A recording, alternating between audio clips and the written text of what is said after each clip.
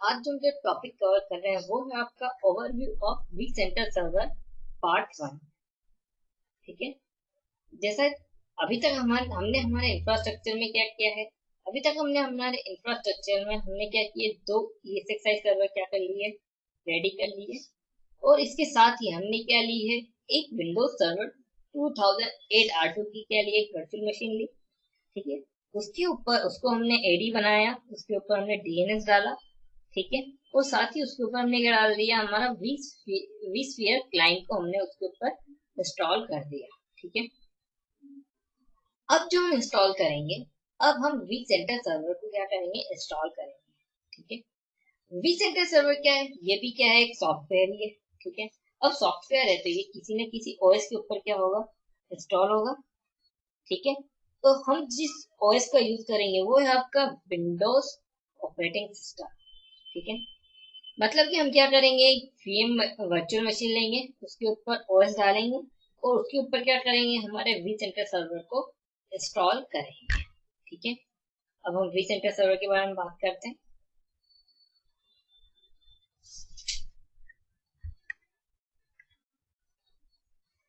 vCenter server is a service that acts as a central administration point for ESXi host and their virtual machine connected on a network। मतलब कि vCenter server क्या है, vCenter server एक service है जो कि आपके एक सेंट्रल एडमिनिस्ट्रेशन पॉइंट की तरह क्या करती है, वर्क करती है, एक्ट करती है। ठीक है, जहां से आप क्या कर सकते हैं, आपकी सभी ESXi होस्ट और उनकी वर्चुअल मशीन को क्या कर सकते हैं, एक सेंट्रलाइज प्लेस पे क्या कर सकते हैं, मैनेज कर सकते हैं। मतलब कि vCenter सर्वर के थ्रू क्या कर पाएंगे, आप सभी ESXi होस्ट और उनकी वर्चुअल मशीनों को एक साथ क्या कर पाएंगे, एक ही जगह से मैनेज कर पाएंगे। ठीक है, तो आपका मैनेजमेंट क्या हो जाएगा, बहुत ज्यादा इजी हो जाएगा। ठीक है, और इसके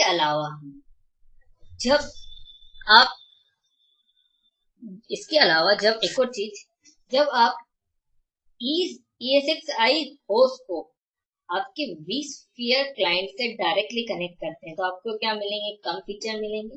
और जब आप आपके ESXi होस्ट को vCenter सर्वर के थ्रू कनेक्ट करते हैं तब आपके फीचर क्या होंगे, बढ़ जाएंगे। क्यों? क्योंकि ESXi होस्ट जो vCenter सर्वर है वो क्या करता है, ESXi के फीचर से उनको क्या करता है, इनेबल करता है। इसीलिए इसको क्या कहा जाता है, आपका इनेबलर भी कहा जाता है। ठीक है, फॉर एग्जाम्पल यदि आप vSphere क्लाइंट से डायरेक्टली ESXi को कनेक्ट करते हैं तो आपको कितने फीचर मिलेंगे, 10 फीचर मिलेंगे। और यही आप vSphere क्लाइंट को vCenter से कनेक्ट करेंगे, vCenter सर्वर किससे कनेक्ट होगा, ESXi से। मतलब कि आप ESXi होस्ट को आप किसके थ्रू कनेक्ट कर रहे हैं, vCenter सर्वर के थ्रू, तो आपको कितने फीचर मिलेंगे, 50 फीचर मिलेंगे। ठीक है, क्योंकि vCenter सर्वर क्या करेगा, ESXi होस्ट के पास जो फीचर्स है उनको क्या कर देगा, इनेबल कर देगा। ठीक है, जैसे मैं आपको बताता हूँ कि जब आप ESXi होस्ट को सीधे vSphere क्लाइंट से कनेक्ट करते हो, ठीक है, तो जो आपका vSphere क्लाइंट इतना समझदार नहीं है कि वो उन फीचर को समझ पाए और उनको यूज कर ले। ठीक है, इतना समझदार नहीं है। ठीक है, अगर आपको उन फीचर को, ESXi फीचर्स को क्या करना है, देखना है और यूज करना है, ठीक है, तो आपको किसको लाना पड़ेगा, vCenter सर्वर का यूज करना पड़ेगा। ठीक है, vCenter सर्वर क्या करेगा, और आप जब vCenter सर्वर का यूज करोगे तभी क्या करोगे, आप उन फीचर को क्या कर पाओगे, देख पाओगे और यूज कर पाओगे। ठीक है, जैसे कि मैं आपको एक एग्जांपल देता हूँ कि फॉर एग्जांपल आपके पास एक लैपटॉप है। ठीक है, लैपटॉप के अंदर क्या है, आपको कैमरा है, ग्राफिक्स कार्ड है, ऑडियो कार्ड है। ठीक है, अब आपको क्या करना है, इन सबको यूज करना है, इन सब के फीचर्स को क्या करना है, यूज करना है। और आपने आपके लैपटॉप में क्या डाल दिया, डोस डाल दिया। ठीक है, तो क्या आप इन फीचर को यूज कर पाओगे, नहीं। क्यों? क्योंकि जो आपका ऑपरेटिंग सिस्टम जो है डोस, वो इतना समझदार नहीं है कि वो इन फीचर को क्या कर पाए, समझ पाए और यूज कर पाए। ठीक है, वो इतना समझदार नहीं है कि इन फीचर को क्या कर सके, यूज कर सके। ठीक है, तो मतलब कि अगर मुझे फीचर यूज करना है तो मुझे क्या करना पड़ेगा, एक और ऑपरेटिंग सिस्टम डालना पड़ेगा, जैसे कि विंडोज 7। जैसे मैं अपने लैपटॉप में विंडोज 7 डालूंगा वैसे ही क्या कर पाऊंगा, इन फीचर्स को क्या कर पाऊंगा, यूज कर पाऊंगा। ठीक है, मतलब कि मेरा ये कि ये जो फीचर है वो विंडोज के फीचर नहीं है, ठीक है, वो किसके फीचर है, आपके लैपटॉप के ही फीचर्स है, ठीक है। बट आपका जब आप डोज डाल रहे थे तो आपका डोज इतना समझदार नहीं है कि वो किसको इन फीचर को यूज कर पाए। लेकिन जब विंडोज 7 डालोगे तो आप विंडोज 7 क्या इतना समझदार है कि वो क्या कर पाएगा, इन फीचर्स को यूज कर पाएगा। सेम चीज आपकी यहाँ पर है, मतलब कि जब आप E6i होस्ट को डायरेक्टली कनेक्ट करते हैं vSphere क्लाइंट से, तो आपका vSphere क्लाइंट इतना समझदार नहीं है कि उन फीचर को क्या कर पाए, यूज कर पाए, ठीक है। तो अगर आपको उन फीचर्स को यूज करना है तो उनको उसके लिए आपको क्या लाना पड़ेगा, vCenter सर्वर का यूज करना ही पड़ेगा, ठीक है। जैसे कि अगर आप vSphere क्लाइंट से आप सीधे ESXi होस्ट को कनेक्ट करते हैं तो आपको क्लस्टर, vMotion, HADRS के फीचर नहीं मिलेंगे। अगर आपको ये फीचर यूज करना है तो आपको क्या करना पड़ेगा, आपके ESXi को इससे कनेक्ट करना पड़ेगा, किसके थ्रू कनेक्ट करना पड़ेगा, vCenter सर्वर के थ्रू क्या करना पड़ेगा, कनेक्ट करना पड़ेगा, तभी क्या कर पाएंगे आप इन फीचर को यूज कर पाएंगे, ठीक है। जब भी आप किसी ऑर्गेनाइजेशन में जाएंगे तो 99.99% आप क्या करेंगे, आप आपके ESXi होस्ट को किसके थ्रू, vCenter सर्वर के थ्रू क्या करेंगे, मैनेज करेंगे, ठीक है। आप ESXi होस्ट को डायरेक्टली कब कनेक्ट करेंगे, जब आप ESXi होस्ट को vSphere क्लाइंट से डायरेक्टली तब कनेक्ट करेंगे जब आपको कोई ट्रबल शूटिंग का काम करना है, ठीक है, तभी क्या करेंगे, आप डायरेक्टली कनेक्ट करेंगे, ठीक है। एक और चीज, हर vCenter सर्वर की क्या होती है, अपनी एक लिमिट होती है, ठीक है। मतलब कि एक vCenter सर्वर कितने 1000 होस्ट को मैनेज कर सकता है, ठीक है, या फिर कितनी 10,000 वर्चुअल मशीन को क्या कर सकता है, वो मैनेज कर सकता है, ठीक है।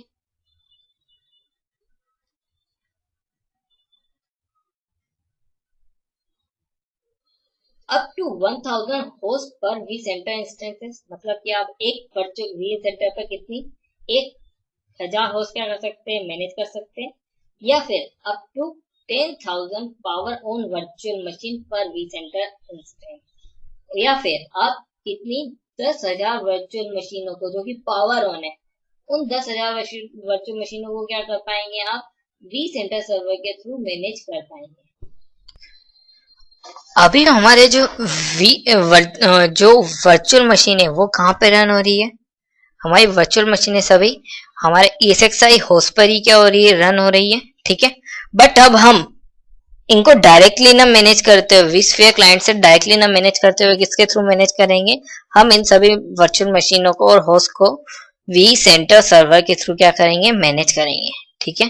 जैसा कि आप फोटो में देख सकते हैं कि हम vSphere क्लाइंट से किसको कनेक्ट करेंगे, vCenter सर्वर को, और vCenter सर्वर से हमारे सभी होस्ट को क्या कर पाएंगे, एक साथ मैनेज कर पाएंगे, ठीक है, जिसे कि आपका डेटा सेंटर वगैरह कहा जाता है, ठीक है। आपका जो vCenter सर्वर है वो क्या हो सकता है, किसी डेटाबेस से भी क्या हो सकता है, कनेक्ट हो सकता है, ठीक है। ऐसा क्यों, क्योंकि जब vCenter सर्वर क्या करेगा, इन होस्ट से रिलेटेड डेटा को भी क्या करेगा, इन होस्ट के ESXi होस्ट के डेटा को क्या करके रखेगा, स्टोर करके रखेगा, VMs नहीं, इन होस्ट के चलने से रिलेटेड डेटा कि इन होस्ट के ऊपर कितनी VMs रन हो रही है, उन VMs के नाम क्या है, उन VMs ने कितनी कैपेसिटी कंज्यूम वो VMs कितनी कैपेसिटी की है, या फिर आपका ESXi होस्ट कब स्टार्ट हुआ, ठीक है, आपकी वर्चुअल मशीनें कब स्टार्ट हुई, वो कब पावर ऑफ हुई, ठीक है, या फिर कब परफॉर्मेंस प्रॉब्लम आई, और जो लॉग्स बनेंगे, तो इनसे रिलेटेड जो लॉग्स बनेंगे, ये इंफॉर्मेशन स्टोर करना और लॉग्स बनेंगे, उनको स्टोर करने के लिए इसे क्या चाहिए, एक डेटाबेस रिक्वायर्ड है, ठीक है।